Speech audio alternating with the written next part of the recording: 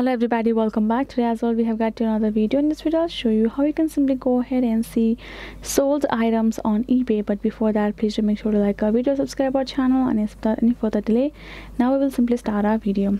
So for that matter, first of all, we're going to access our particular eBay app on our mobile phone, and we're going to go back to our home section first. So here in this section, we are in this home section, right? So afterwards, what we're gonna do, we're gonna go to search bar and type in a keyword for our product: Cloud Ariana Grande perfume. So once we have done so, we're gonna find this kind of a search option that we found, right? And here in this filter section, we're gonna tap on it, and now we have this option of all listing, buy now, condition, price, category, delivery option. Tap on show more, brand, professional, free, automatic, sold items option, just right given over here. Simply tap on it, and now we go to this option. Now we can see the sold items you're gonna find here. You can see sold on December 2023.